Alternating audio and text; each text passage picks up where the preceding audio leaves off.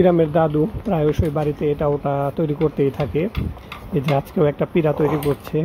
আমি প্রথমে বুঝতেই পারিনি যে পিড়াটা কেন তৈরি করছে। পরে ইরামের দাদুকে জিজ্ঞেস করলাম যে আপনি এই যে পিড়া তৈরি করছেন কেন? আমি বাজারে গিয়েছিলাম, এসে দেখি যে কাজে বসে গেছে, পাশে আবার ইরামও আছে, দাদুর সাথে কাজে হেল্প করতেছে। ফিরিয়ে দিলেন নাকি? ইরামের দাদু এমনই, বেশি দিন নীরব বসে থাকতে পারে না, কিছু না কিছু করতেই থাকে। আর ইরামের দাদু নিজের কাজ নিজেই করে।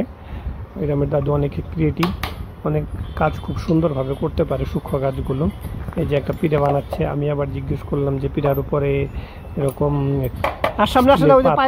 পাত এটা বসিয়েছেন কেন? কিছু বললো কিছু পরে আমি জিজ্ঞেস করলাম, পরে বললো যে জামা কাপড় আয়রন করার সময় আয়রন রাখতে হয়, বিছানার মধ্যে রাখলে মাঝে মাঝে আয়রন করে দিয়ে, এর জন্য এটার উপরে আয়রন রাখবো। যেমন আয়রনের দোকানে আয়রন স্ট্যান্ড, হ্যাঁ বাবা, ওটাই আমি বানিয়ে নিলাম কাঠ দিয়ে। এদিকে আসো কেন? ওকে বাকি চমৎকার বুদ্ধি। এই যে এটাতে পেরেক মেরেছে, এই পেরেকগুলোকে আবার ফিরিয়ে দিচ্ছে হাতুড়ির আঘাত দিয়ে, তাতে হাতে না বাজে। আবার ওখান থেকে ছোট ছোট পায়ে এগিয়ে আসছে, সে কুলে উঠবে। এরামকে কুলে নিলাম, এরামের দাদুর হাতের কাজটা দেখতেছিলাম যে উনি কি করতেছে। এটা খুব সুন্দর হয়েছে। এই কাঠ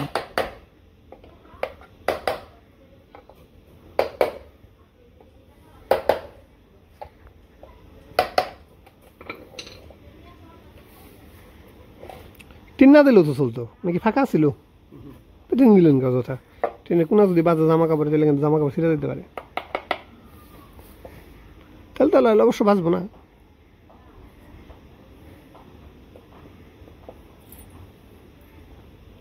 শোলটা ছেড়ে দিল কাকু। ইরাম আমার কোলে এসে শরীরটা ছেড়ে দিয়েছে, ঠান্ডা লেগেছে, রাতেও অনেক নড়াচড়া করেছে, ঠিক মতন ঘুম হয়নি, ও মনে হয় একটু ক্লান্ত, এর জন্য এই যে উপরে উঠে শরীরটা ছেড়ে দিয়েছে। বেশ কয়েকদিন জোরে ইরামের জ্বর হয়েছে, ওষুধ খেতে চায় না। আমরা অনেক চেষ্টা করেছি, ওষুধ খাওয়াতে গেলে বমি করে দেয়, সিরাপ জাতীয় ওষুধ খাওয়ানো হয়, কিন্তু ও খায় না,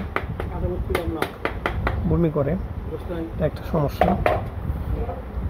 কিন্তু জ্বর কমে গেছে, কালকের আগের দিন থেকে ঠান্ডা লেগেছে, রাতে বেশ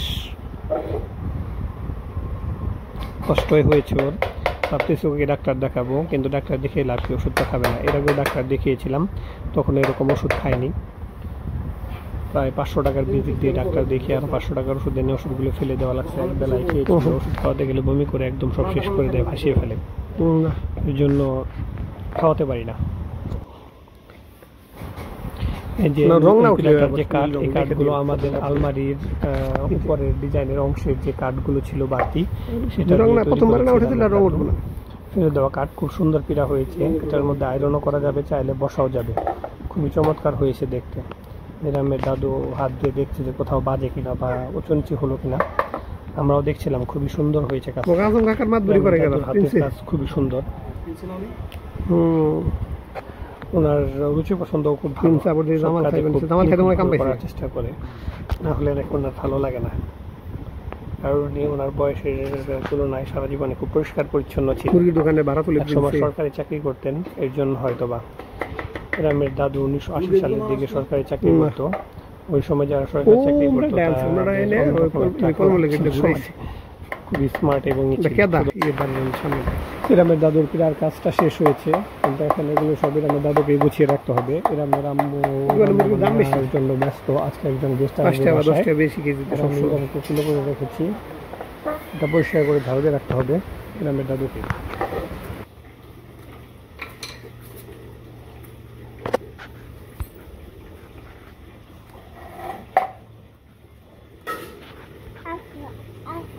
আচ্ছা না, আচ্ছা,